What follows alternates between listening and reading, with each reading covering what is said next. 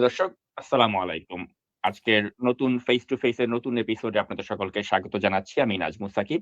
আমার সাথে সমসাময়িক বিষয়গুলো নিয়ে আলাপ আলোচনা করার জন্য আজ বরাবরের মতোই আমার সাথে অতিথি হিসেবে আছেন আপনাদের অত্যন্ত প্রিয় আলোচক, রাজনৈতিক বিশ্লেষক এবং যুক্তরাষ্ট্রের স্কুল অফ লিডারশিপের নির্বাহী পরিচালক জনাব জয়নাল আবেদীন। জনাব জয়নাল আবেদীন, আসসালামু আলাইকুম। আপনাকে স্বাগত জানাচ্ছি আমাদের আজকের অনুষ্ঠানে। আপনি কেমন আছেন? ওয়ালাইকুম আসসালাম।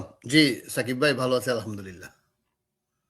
জনাব ভাই, আজকে এই দিনে এই অনুষ্ঠানটি করার পেছনে একটা বিশেষ কারণ আছে। কারণ আজ শহীদ রাষ্ট্রপতি জিয়াউর রহমানের ৯০তম জন্মদিন। এবং গতকালকেও আপনার সাথে আমার এই ব্যাপারে কথা হচ্ছিল। আপনি বলছিলেন যে এই বিষয়ে আপনি কিছু কথা বলতে চান। তো আমাদের নতুন প্রজন্মের যারা রয়েছেন বিশেষ করে তাদের উদ্দেশ্যে যদি আপনি বলেন যে শহীদ রাষ্ট্রপতি জিয়াউর রহমান এবং বাংলাদেশের রাজনৈতিক প্রেক্ষাপটে তার যে অবদান বা ভূমিকা বা দেশ গঠনে তার যে ভূমিকা সবকিছু মিলিয়ে তার আজকে এই ৯০তম জন্মদিনে তার স্মৃতির প্রতি শ্রদ্ধা জানিয়ে যদি আপনি কিছু কথা বলেন। ধন্যবাদ সাকিব ভাই।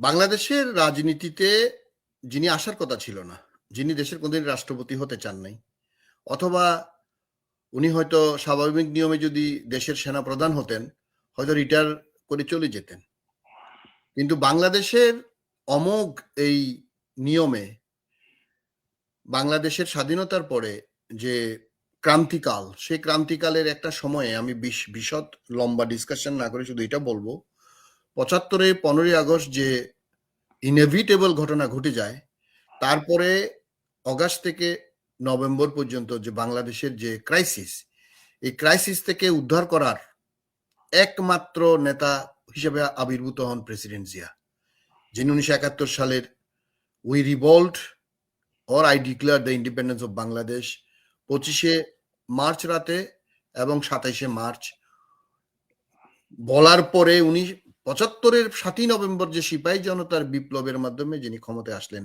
এই মানুষটাকে আমাদেরকে মনে রাখতে হবে। এবং আজকে আমরা মনে করছি উনার ৯০তম জন্মদিনে। কেন মনে রাখবেন? কোনো রাজনৈতিক দল বিএনপি বা অন্য কোনো কারণে না, বাংলাদেশের সার্বভৌমত্বের প্রতীক, গণতন্ত্রের প্রতীক হিসেবে জিয়াউর রহমান এবং উন্নয়নের প্রতীক হিসেবে জিয়াউর রহমান এখন আমাদের সামনে মূর্তিমান একজন সাহসী বীর পুরুষ, এক মহামানব স্টেটসম্যান হিসেবে আমাদের সামনে আছে। আমাদের অনুসরণযোগ্য মানুষের অভাব খুবই কম সাকিব সাহেব। আমাদের এখন আসলে মানে আমাদের যে এক্সাম্পলারি মানুষ আমাদের খুব কম, এবং যে কয়জন আছে তার মধ্যে অন্যতম শ্রেষ্ঠ ব্যক্তি হচ্ছেন প্রেসিডেন্ট জিয়া। আপনি আমাকে এই কথা বলার জন্য সুযোগ দিচ্ছেন, আমি ২-৩ মিনিট বলবো। আজকে দুইটা ঘটনার কথা বলেই আমি শেষ, কারণ আপনিও ব্যস্ত, আমিও ব্যস্ত, হয়তো আমরা বেশি কথা বলার সুযোগ নেই, আমাদের দর্শক শ্রোতারাও হয়তো শোনার ধৈর্য তেমন, ওনাদেরও বিভিন্ন কাজ থাকবে স্বাভাবিকভাবেই। আজকে আমি প্রেসিডেন্ট জিয়ার ১৯৭৭ সালের ২০ ডিসেম্বর নতুন দিল্লিতে উনি যখন গেলেন, ১৯শে ডিসেম্বর উনি গেছেন, ২০শে ডিসেম্বর পর্যন্ত ছিলেন। উনি এর আগে কাঠমান্ডু ছিলেন। আপনি জানেন উনি সার্ক গঠন করার জন্য ১৯৮০ সালে উনি ৭টা দেশের সরকার এবং রাষ্ট্রপ্রধানকে সার্ক গঠন করার জন্য। তার আগে ৭৭ থেকে ৮০ সালের মে মাসের ২ তারিখ উনি চিঠি দেন। তার আগে উনি এই দেশগুলো ভিজিট করেন, ইন্ডিয়া, পাকিস্তান, কাঠমান্ডু, শ্রীলঙ্কা, কাঠমান্ডু মানে নেপাল, শ্রীলঙ্কা উনি ভিজিট করেন এবং ইন্দিরা গান্ধীকে চিঠি দেন। ইন্দিরা গান্ধী পাকিস্তানের ভারত ইম্পর্টেন্ট উনি যে একটা রিজিওনাল আসিয়ান বা ইউরোপিয়ান ইউনিয়নের মতো একটা ব্লক গঠন করতে চান সাউথ এশিয়াতে, উনি এই জন্য চিঠি দেন। এবং ইন্দিরা গান্ধী প্রথমে এটার বিরোধিতাও করেছিলেন, কিন্তু পরে উনি রাজি হন। তো প্রেসিডেন্ট যে দূরদর্শী সেটা আরেকদিন আলাপ করব, কিন্তু আজকে আমি বিশেষ করে উনার ৭৭ সালের ১৯ এবং ২০ ডিসেম্বর যে ভিজিট, সেখানে একটা ঘটনা ঘটে। প্রফেসর শামসুল হক, ওনার সেই সময়ের পররাষ্ট্রমন্ত্রী, বাংলাদেশের সম্ভবত বাংলাদেশের সবচেয়ে সাকসেসফুল পররাষ্ট্রমন্ত্রী উনি, ওনার বাংলাদেশ ইন্টারন্যাশনাল পলিটিক্স এই বইতে উনি এই কথাটা লিখেছেন। এবং সম্প্রতি আমাদের মারুফ কামাল খান সোহেল ভাইও তার পত্রিকায় এই ঘটনাটা লিখেছেন। আজকে আমি এই ঘটনাটা উল্লেখ করতে চাই। সেটা হলো, ভারতের একজন দলিত নেতা ছিলেন যিনি ওনাদের ইতিহাসের সবচেয়ে লংগেস্ট সার্ভিং মিনিস্টার ছিলেন। ইন্দিরা গান্ধী, রাজীব গান্ধী বা মোরারজি দেশাই, এমনকি নেহেরুর ক্যাবিনেটে উনি ছিলেন। জগজীবন রাম উনি ওই সময় প্রতিরক্ষা মন্ত্রী ছিলেন, পরবর্তীতে উনি ছিলেন আপনার উপপ্রধানমন্ত্রীও ছিলেন ভারতের। তো জগজীবন রাম রাষ্ট্রপতি ভবনে প্রেসিডেন্ট জিয়ার সাথে কাটিসি কল করতে গেছেন। এই কাটিসি কল করতে গিয়ে উনি দুষ্টামি করে হোক অথবা ওনার মনের ক্ষোভের কারণে হোক, ফান করে হোক, উনি প্রেসিডেন্ট জিয়াকে হঠাৎ করে বলে বসেন যে, প্রেসিডেন্ট জিয়া আপনি কি জানেন বাংলাদেশ এবং ভারতের মিলিটারি পাওয়ারের মধ্যে কম্পেয়ার করলে বাংলাদেশ কত ছোট এবং আমরা কত বড়? তো প্রেসিডেন্ট জিয়া বলছে, ইয়েস আই ডু, আমি জানি। তো পরে পরে আপনি কি কম্পেয়ার করে দেখছেন? বলছে হ্যাঁ দেখছি। বলছে কেন? যে আপনি কম্পেয়ার করে দেখেন যে ভারত বাংলাদেশকে গ্রেপ করতে, বাংলাদেশকে ক্যাপচার করতে কতদিন লাগবে? ভেরি স্মল কান্ট্রি আপনার। মানে একটু তুচ্ছ তাচ্ছিল্য করতেছে, কারণ তাকে এত সংবর্ধনা এত কিছু দেওয়ার তার ভাল লাগতেছিল না। প্লাস তার 1 মাস আগে 5ই নভেম্বর 1977 সালে বাংলাদেশের যে পানি চুক্তি, গঙ্গা নদীর যে পানি চুক্তি হয়েছিল, এটাতে ভারতের কূটনীতিক পরাজয় হয়েছিল বলে তারা মনে করতেছিল। কারণ সবচেয়ে মানে বাংলাদেশ যা চাইছিল তাই করতে তাদেরকে বাধ্য করা হয়েছে আন্তর্জাতিক ফোরামের কারণে। তো তখন প্রেসিডেন্ট জিয়া তাকে উত্তর দিয়েছিলেন যে আপনি বাংলাদেশ গ্রেপ করার আগে our boys will destroy 6 of your major cities within no time. আমাদের বাংলাদেশ দখল করার আগে আপনাদের 6টা বড় শহর আমাদের ছেলেরা আপনাদের শহরের কেয়ামত করে দিবে। আর ভুলে যাবেন না 65 সালে আমি নিজেই আপনাদের বিরুদ্ধে যুদ্ধ করে জয়লাভ করছিলাম। এইটা বলার পরে উনি আর না বসে উঠে চলে যাচ্ছেন। চলে যাওয়ার সময় প্রেসিডেন্ট জি আবার বললেন যে কোন 6টা শহর আমরা ডিস্ট্রয় করে দিব, শহরের নাম জানতে চাইলেন না? তো এরপরে আরো অনেক তুলকালাম কাণ্ড, মানে আশ্চর্য হয়ে গেছে কূটনীতিক পাড়ায়। তো যাই হোক, এই ঘটনাটা বললাম যে এই যে অকুতোভয় একজন স্বাধীনচেতা মেরুদণ্ডওয়ালা এবং এই স্টেটসম্যান আমাদের প্রেসিডেন্ট জিয়া দিল্লিতে বসে ভারতের প্রতিরক্ষা মন্ত্রীকে এই কথা বলা এবং পরবর্তীতে বাংলাদেশের এই জাতিটাকে বহুদলীয় গণতন্ত্র এবং সার্বভৌমত্বের প্রতীক হিসেবে নিজেকে চিহ্নিত করা, এবং বাংলাদেশের মানুষ আজ পর্যন্ত যার জন্য কাঁদে কেন? It is because of president Zia's statesmanship, good governance, এবং বাংলাদেশ যে পৃথিবীর জনসংখ্যার দিক থেকে 8ম বৃহত্তম দেশ, এবং এই দেশের মানুষকে তিনি যে রিপ্রেজেন্ট করতে পারেন এবং জানেন, এবং তার যে সততা, এগুলো আজকে আমাদেরকে স্মরণ রাখতে হবে। আমি প্রেসিডেন্ট জিয়াকে স্মরণ করি অনেক গুণে গুণান্বিত এই মানুষটা মাত্র 5 বছরের সামান্য বেশি দিন ক্ষমতায় থেকে যে ফুটপ্রিন্ট উনি রেখে গেছেন, আমার মনে হয় 50 বছর ক্ষমতায় থেকেও অনেক নেতা সেটা রাখতে পারেন নাই। তার বাংলাদেশি জাতীয়তাবাদ, তার গার্মেন্টস ইন্ডাস্ট্রি, তার সার্ক গঠন, তার বিএনপি গঠন, দেশের মানুষের অধিক খাদ্য ফলাও, গণশিক্ষা, এবং ইম্পর্টেন্টলি আমরা ভুলে গেলে চলবে না 75 সাল পর্যন্ত মাত্র 3 বছরে 15 লাখ মানুষ না খাওয়ার দেশে খাদ্য রপ্তানি করে একজন মানুষ প্রেসিডেন্ট জিয়া বলে না খেয়ে মারা যায় নাই, অথচ তার আগে 15 লাখ মানুষ দুর্ভিক্ষে মারা গেছে শেখ মুজিবের সময়। সেই দেশের একজন নেতা আমরা পেয়েছি, কিন্তু তাকে আমরা অকালে হারিয়ে ফেলেছি।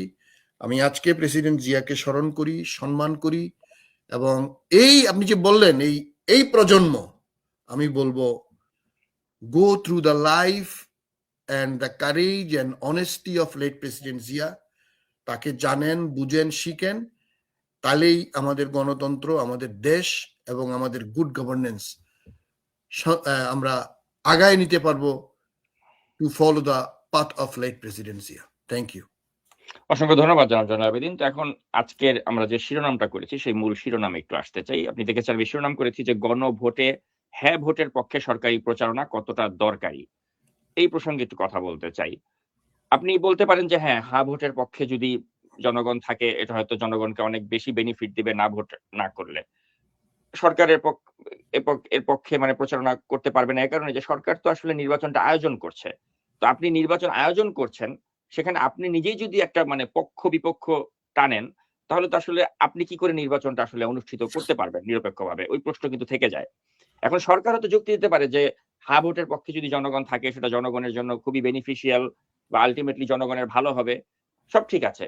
কিন্তু যখন আপনি নির্বাচনের আয়োজক, তখন তো আসলে আপনি কোন পক্ষ বা বিপক্ষ টানতে পারেন না। সেই পক্ষটা ভালো হোক বা মন্দ হোক, জনগণ people will decide about that.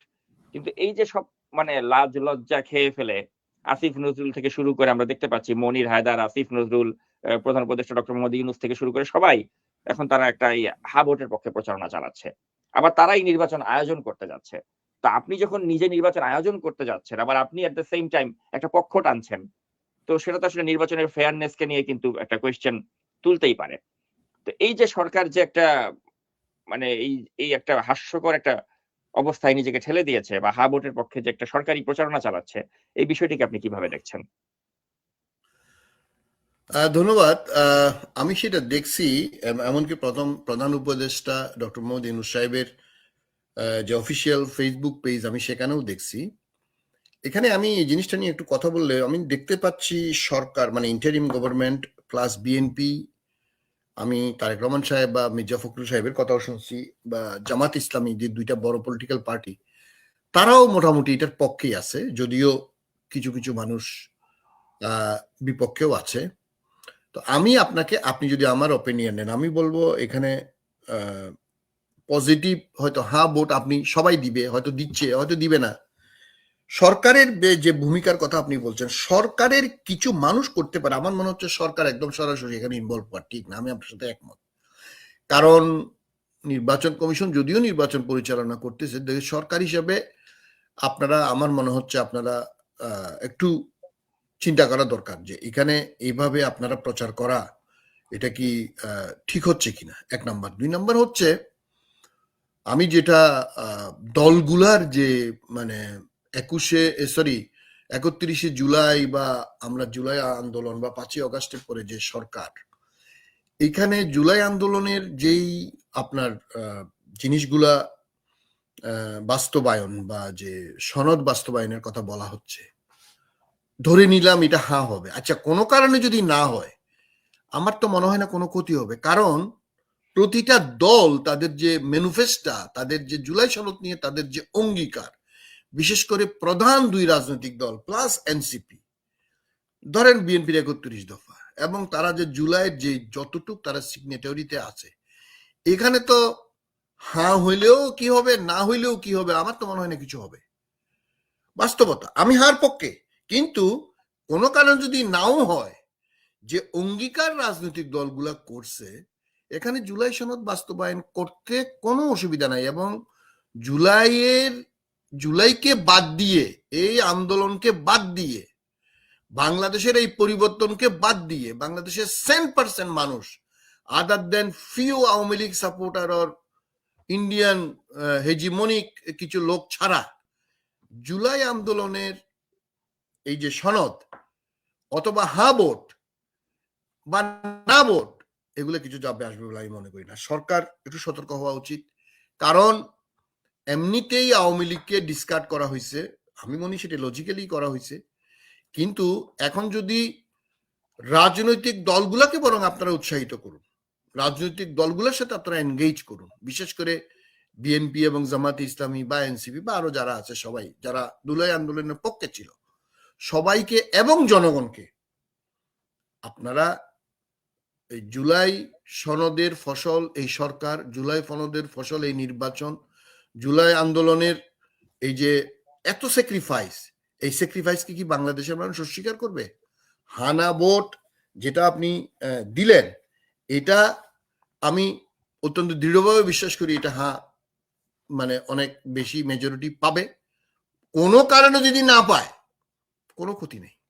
I am very strongly believe যে বাংলাদেশের রাজনৈতিক দল বিএনপি বা জামাত ইসলামী জুলাই সনদ বাস্তবায়ন করতে অঙ্গীকারাবদ্ধ, অথবা বাংলাদেশের মানুষ তাদেরকে বাধ্য করবে।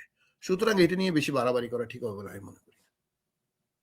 আর নির্বাচনী কিছু সমীকরণ আমরা দেখতে পাচ্ছি যে নির্বাচন যত ঘনিয়ে আসছে তত নির্বাচনের নানা ধরনের সমীকরণ আমরা দেখছি। তো এর মাঝে একটা নতুন সমীকরণ যেটা আমরা দেখতে পেলাম যে আমরা যেটা শুনছিলাম যে জামায়াতের যে জোট, এই জোটের সাথে চরমোনাই পীরের জোট থাকবে।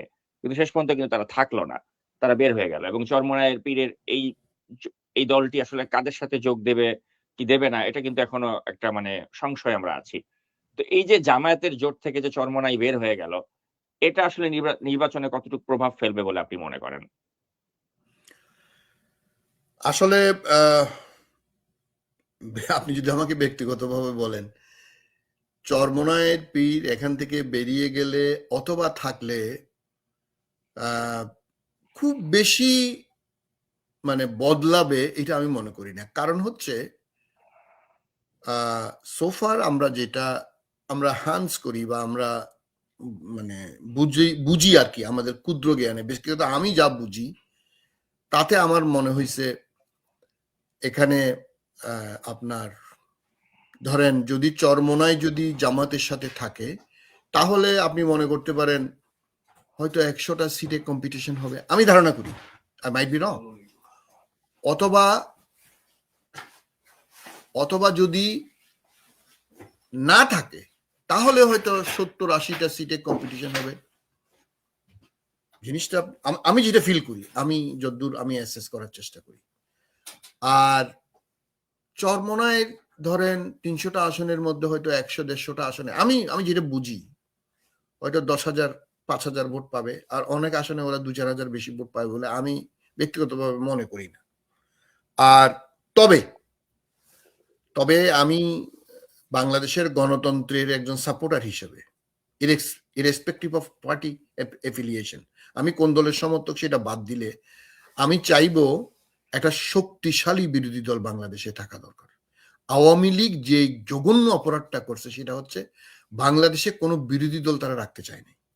গণতন্ত্রের অন্যতম প্রধান অঙ্গ হচ্ছে বিরোধী দল। Is a part of democracy, is a part of parliament. আপনার দুইটা উইং না থাকলে কোনো পাখি উঠতে পারে না। গণতন্ত্র যারা তৈরি করছে, আমি বারবার একটা কথা বলি, 1947 সালে ভারতে কেন গণতন্ত্র টিকে গেল? গান্ধী তো 48 সালে মারা গেলেন। নেহেরু বললেন যে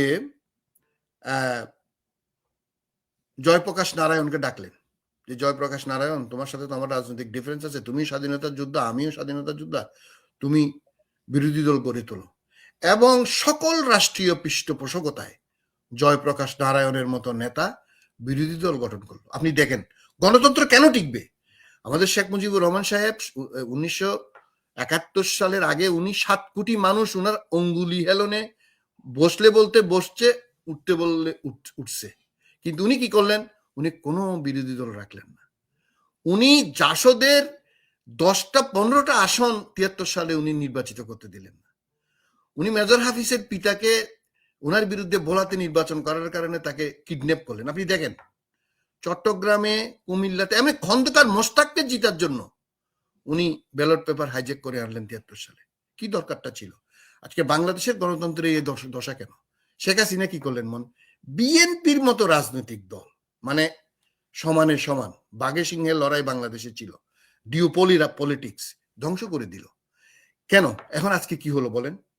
আজকে যে এই যে আন্তর্জাতিক মিডিয়াতে আমরা দেখছি বাংলাদেশের রাইট উইং এর উত্থান, এক্সট্রিম পলিটিক্স এর উত্থান। কেন? আপনি যখন সাপ্রেস করতে থাকবেন, পানি কোনোদিনই আপনি আটকা রাখতে পারবেন না, সে তার পথ গতি বের করে নিবেই। ঠিক গণতন্ত্র হচ্ছে সেরকম জিনিস। গণতন্ত্র আপনি মানুষের উইল ফোর্স, আপনি কোনোদিন স্টপ করতে পারবেন না। এখন এই যে আপনি বললেন যে 12 দলীয় জোট বা 11 দলীয় জোটের মধ্যে চরমোনাই, এখন আমি তো মনে করি in absence of Awami League জামাতে ইসলামী গেইন করছে, স্বাভাবিক, এটা বোঝা যাচ্ছে। চরমোনাই তারা হাসিনার সাথেও নির্বাচন করছে এক সময়, তারা হাসিনার ডানাত বামাত ছিল। যাই হোক, এখন তারা এই জোটে থাক আমি চাই ব্যক্তিগতভাবে। কেন? একটা শক্তিশালী বিরোধী দল হোক, অন্তত 50টা সিট তারা পাক, 60-70টা সিট পাক।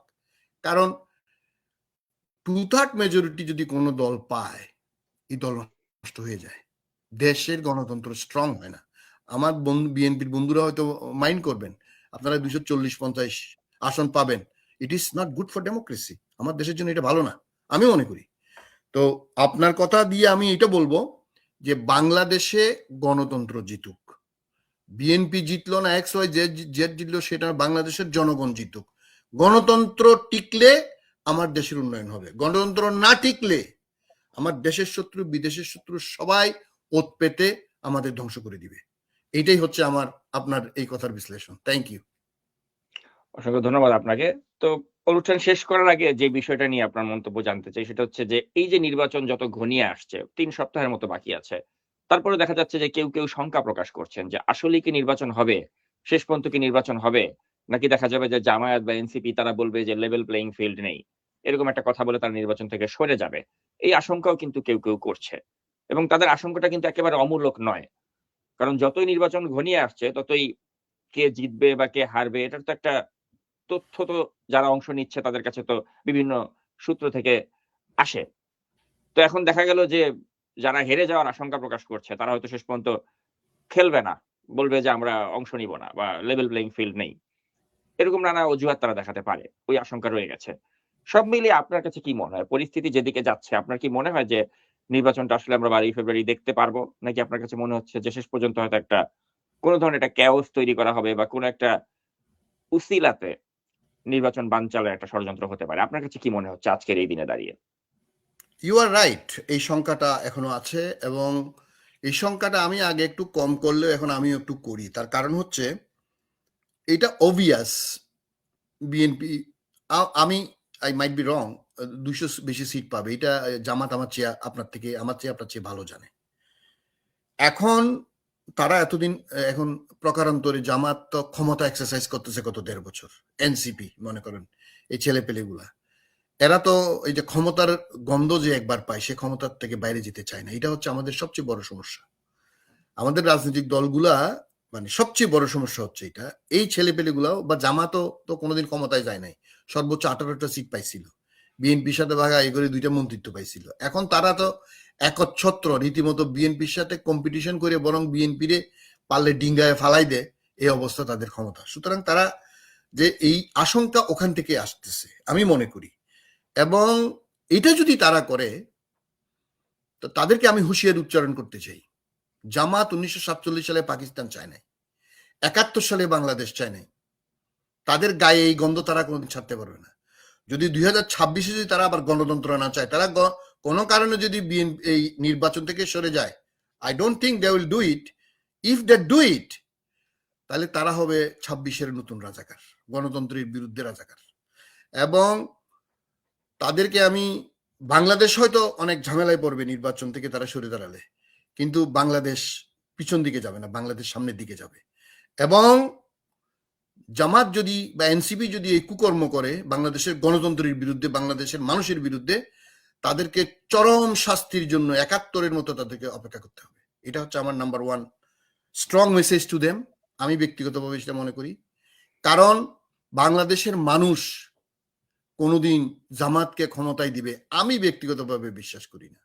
বাংলাদেশের মানুষ ধর্মপ্রাণ, বাংলাদেশের মানুষ ধর্মান্ধ না, এটা বারবার করে। আর আমরা বাঙালি মুসলমান, আমাদের কালচার, আমাদের বাঙালিত্ব আছে, মুসলমানিত্ব আছে, হিন্দু মুসলমান বৌদ্ধ খ্রিস্টান ওনারা আছে, উপজাতীয় আছে। আমরা সবাইকে সম্মান করে, সবাইকে ধারণ করে যে বাংলাদেশি জাতীয়তাবাদ, সেই জাতীয়তাবাদের ভিত্তিতে, গণতন্ত্রের ভিত্তিতে বহুদলীয় গণতন্ত্র এখানে রক্ষা করতে হবে। জামাত cannot expect that they will grab power by any means or they can do whatever they like. You can't do undo. সুতরাং আমি তাদেরকে অনুরোধ করব, গণতন্ত্র হচ্ছে সহ্য, সহনশীলতা, আপনার মত আমার মত, সবার মতের মধ্যেই দেশের রাজনীতি। আপনারা এখন যে অবস্থানে আছেন এই অবস্থান হচ্ছে আপনাদের সর্বোৎকৃষ্ট অবস্থান, এর থেকে বেশি কিছু আশা করা আমি মনে করি বোকার। আরেকটা শঙ্কা আছে মিস্টার সাকিব, সেটা হচ্ছে, যদিও এখন একটু ভালো লাগতেছে, কয়দিন খুবই আমি একটু অস্বস্তিতে ছিলাম, আন্তর্জাতিক প্রসঙ্গটা, যুক্তরাষ্ট্র যদি কোনো কারণে ইরান আক্রমণ করে, এটা একটা ভয়ঙ্কর পরিণতি হতে পারে সারা বিশ্বে। এমনকি আমাদের নির্বাচনে এটার বড় ধরনের প্রতিফলন ঘটবে, এমনকি আল্লাহ না করুক নির্বাচন বানচাল হয়ে যেতে পারে। আপনি চিন্তা করেন, কারণ ইরান ডিক্লেয়ার করছে, আপনি জানেন কুয়েত, বাহরাইন, কাতার, সৌদি আরব, সব জায়গায় আমেরিকান ঘাঁটি আছে। কোনো কারণে ইরানকে যদি হামলা করে আমেরিকা, কারণ এই পাগলা ট্রাম্প তো আপনার দেশের প্রেসিডেন্ট, এই সাইকোপ্যাথ কি করে কোনো তো ঠিক নেই। কারণ ইরান তখন এই যে ঘাঁটিগুলাতে অর্থাৎ মধ্যপ্রাচ্যের সব ঘাঁটিগুলাতে পাল্টা হামলা শুরু করবে, ডিক্লেয়ার করে দিছে অলরেডি। এবং এই পাল্টা হামলা হলে হবে কি, পুরো মধ্যপ্রাচ্য মানে পুরা দেশ দুনিয়া একটা একটা কাণ্ড শুরু হয়ে যাবে। আপনি জানেন আমাদের 60-70 ভাগের বেশি রেমিটেন্স আসে মধ্যপ্রাচ্য থেকে। আমাদের লোকগুলো কিন্তু ওখান থেকে নিয়ে আসতে হবে। কারণ ওই যে ঘাঁটিতে মারবে ঠিক, কিন্তু ঘাঁটির বাইরেও বহুত আপনার মিসাইল শুরু হয়ে যাবে। কারণ কোথায় কি মারবে তখন আর কোনো আতাপাতা থাকবে না। অর্থাৎ পুরা মধ্যপ্রাচ্যে একটা মেসাকার অবস্থা হবে। তো আমাদের লক্ষ লক্ষ মানুষ ওখানে আছে, আমাদের হাজার হাজার মারা যেতে পারে, আল্লাহ না করুক, এবং ওদেরকে আমাদেরকে নিয়ে আসতে হবে। তখন কি যে হবে এটার মানে কোনো আমি কুল কিনারা আমি নিজেও চিন্তা করতে পারি না।